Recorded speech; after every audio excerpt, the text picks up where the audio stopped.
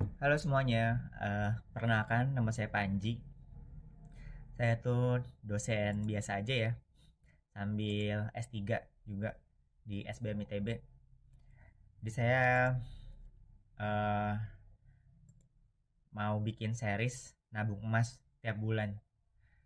Tapi ini seriesnya nggak yang bukan yang heboh-heboh gitu ya, yang biasa aja gitu. Paling nabungnya tiap bulan 150.000, 100.000. Nah, sambil kita lihat pergerakan harganya bareng-bareng gitu, naik turunnya sambil nemenin saya investasi aja sih. Soalnya saya tuh udah kenal beberapa instrumen investasi ya. Kalau misalnya saya nggak bikin series ini, jadinya tuh kemana-mana aja.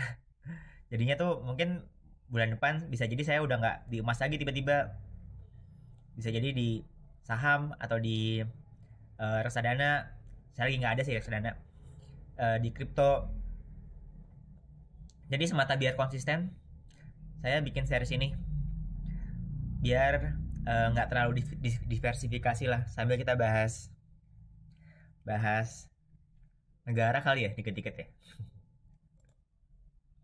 Nah ini mungkin saya sedikit cerita ya, saya bukannya FOMO gitu, mungkin nggak ada yang nanya juga sih. Tapi dulu saya pertama kali nabung emas itu tahun 2018. Jadi ada expo waktu itu, expo aplikasi ya, eh, aplikasi startup gitu. Saya nemu namanya Indogold. Ini by the way ini bukan di sponsor ya, tentu saja ya. Saya naruh cuman 50.000 waktu itu. Nah, pas COVID, saya lanjut lagi nabung di Indogold itu. Dan lumayan lah, sambil kenalan sama instrumen saham yang lainnya ya. Saya nabung gitu kan, terus saya juga, kebetulan saya belum nikah gitu. Jadi saya gunakan tabungan itu untuk tabungan, mungkin tabungan nikah juga gitu. Nggak tahu sama siapa lah, pokoknya nabung aja. Nah, selain di Indogold, saya tuh 2021 itu nabung emas juga di Shopee. Mungkin ada pertanyaan ya, sebenarnya nabung emas ini beneran bisa dicetak nggak sih? Gue udah pernah cetak, itu tahun lalu ya. Tahun lalu di Pegadaian Shopee itu, jadi nabung emasnya connect sama Pegadaian. Jadi tahun lalu setelah mencapai satu gram berapa itu, emang receh banget sih sebenarnya. Gue cetak karena itu buat pemberian sebenarnya. Nunggu sebulan, um, jadi gue request mau cetak, nunggu sebulan, ada biaya admin juga, dan akhirnya dicetakin sama pegadaiannya setelah nunggu kira-kira sebulan. Nah, ini mungkin gue cerita dikit ya. Gue sejak 2023 kan ada investasi lain yang berupa investasi diri gue sendiri gitu, S3, dan bayarnya mandiri gitu. Jadi setelah mencapai target gue pribadi ya, itu gue ternyata harus jual lagi yang di Indogold itu, udah berapa lah. Jadi sisa tinggal berapa doang gitu. Gue jualnya untuk lagi S3 gue. Oke, mungkin itu aja sih ceritanya. Jadi gimana ya?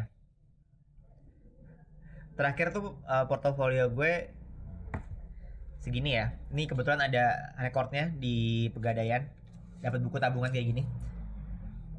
Nggak kelihatan ya logo Pegadaiannya.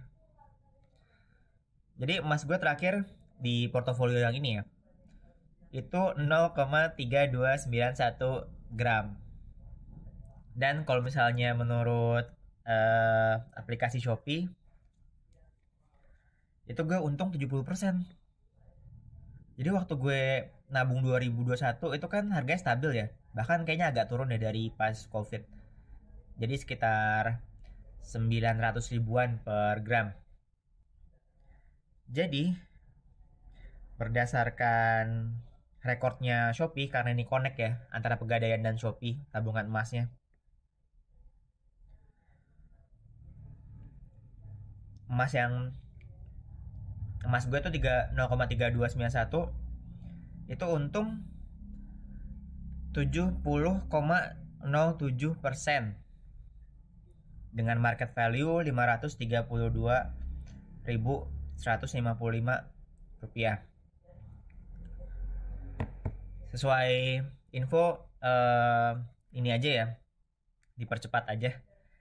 Jadi gue masukin 140.000 bulan ini. Itu seharga harga belinya 1.668 per gram. Jadi 140.000 itu dapatnya nambahnya 0,0839 gram. Begitu.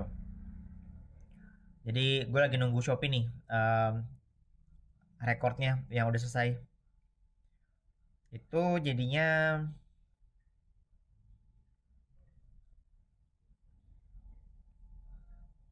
oh iya. Jadi emas gue sekarang 0,4131 dengan pendapatan masih untung tentu saja 47%, 0,49%. Market value 667.983 ya. Jadi bulan depan gue nabung lagi 120.000 aja. Ini mungkin by the way ada keraguan ya atau gimana tentang investasi emas ini gitu. Nabung emas inilah intinya. Kan gue udah jelasin emasnya tuh bisa diambil nantinya gitu. Terus yang kedua adalah sebenarnya ini kayak kan katanya keraguannya karena kalau jual beli itu kita mesti ada barangnya ya. Tapi sebenarnya ini in a way itu udah terpecahkan belum sih? Di pertanyaan yang sama juga sebenarnya mirip ketika kita jual beli saham gitu. Ketika jual beli saham kan katanya jual beli itu harus ada barangnya ya. Sementara sekarang jual beli saham tuh udah pakai lewat aplikasi semua. Terus gimana hukumnya gitu? Nah, sebenarnya kalau jual beli saham itu kita udah saling match harga antara penjual dan pembeli. Jadi kita taruh harganya di situ, orangnya udah lihat juga, sistemnya udah sama. Ya intinya itu sebenarnya udah disamakan dengan sebagai akad. Kalau dalam saham. Jadi gue sebenarnya nggak melihat nabung emas itu berbeda sih dari itu ya. Dari nabung saham dengan sistem yang saham itu kenapa harus dibedakan dan jadi bermasalah gitu, gue karena di saham itu udah dipecahkan seperti itu. Nah, tapi boleh kalau misalnya ada pendapat ya. Yang kedua, memang emas kita nih lagi melonjak banget ya. Mungkin bubble entah apa, gue nggak ngerti juga. Jadi mungkin bisa jadi memang akan ketika ada bubble, ketika banyak yang quote unquote FOMO ya. Tapi gue nggak mau ngatain FOMO karena bagus kok investasi itu ya, selama paham. Nah, kalau misalnya orang itu beneran FOMO, itu nanti bisa jadi akan kaget gitu. Kalau misalnya nanti keadaan normal lagi, harga emas turun, mungkin secara psikologis akan banyak yang kena mental tuh. Langsung jual. Jadi saran gue sabar aja, ingat prinsip investasi ya. Terus juga ya nabung kecil-kecil aja sih. Kalau misalnya nggak suka nabung digital, juga nabung di celengan aja juga nggak apa-apa gitu. Nabung di celengan habis itu terkumpul duitnya beli emas ya udah, ya nggak apa-apa juga. In a way mungkin sama aja ya kalau keadaannya tinggi kayak gini. Dan mengikuti prinsip investasi itu yang tercepat adalah saat ini gitu. Selalu kayak gitu. Jadi nggak ada hal yang udah terlambat nih gitu. Selama paham. Tapi juga nih disclaimer ya, kalau misalnya kalian tuh nabung di emas digital, tujuannya tuh sebaiknya untuk nabung sih benernya. Karena kalau misalnya nabung udah nyampe nah, kalian nih nabung 2 gram gitu, naruh naruh dulu 2 gram seharga 2 gram emas, besoknya langsung dicetak tuh ke Pegadaian atau kemana gitu. Itu kemungkinan kalian bakal kaget sama administrasinya, uang adminnya. Padahal padahal itu sebenarnya kalau misalnya kalian beli langsung juga sama aja sih harganya gitu, kayak gitu juga.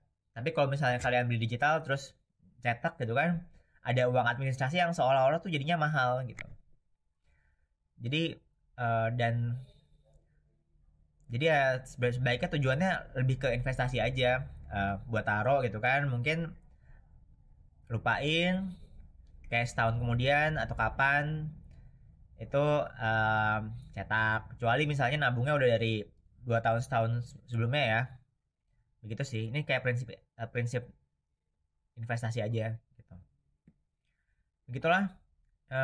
Tadi sebenarnya gue tadi langsung ke Pegadaian ya, mau nabung karena aplikasi Pegadaian gue lagi nggak bisa login.